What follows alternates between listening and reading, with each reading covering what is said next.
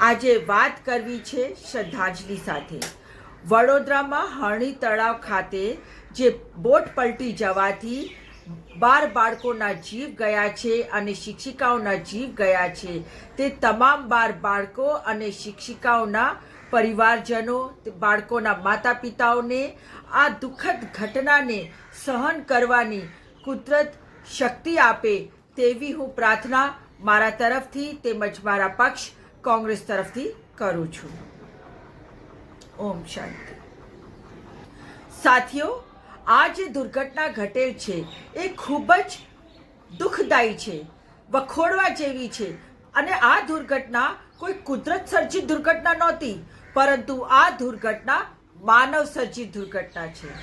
પ્રશાસનની બેદરકારી માટેની દુર્ઘટના છે અને સરકારની બેજવાબદારી માટેની આ દુર્ઘટના છે.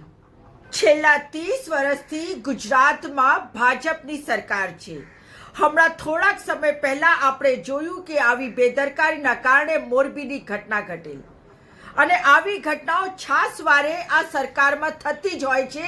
છતાંય પ્રશાસન જાગતું નથી, સરકારને કોઈ ફેર પડતું નથી.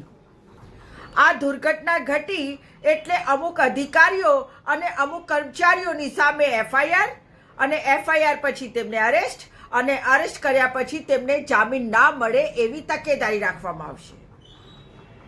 પરંતુ શું આ એક સોલ્યુશન છે?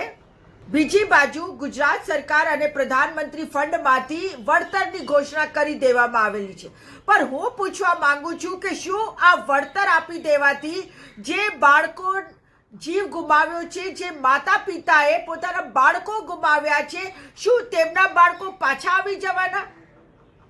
કેટલી હસી ખુશી, આનંદ ઉલ્લાસથી માતા પિતાએ પોતાના બાળકોને પિકનિક ખાતે મોકલ્યા.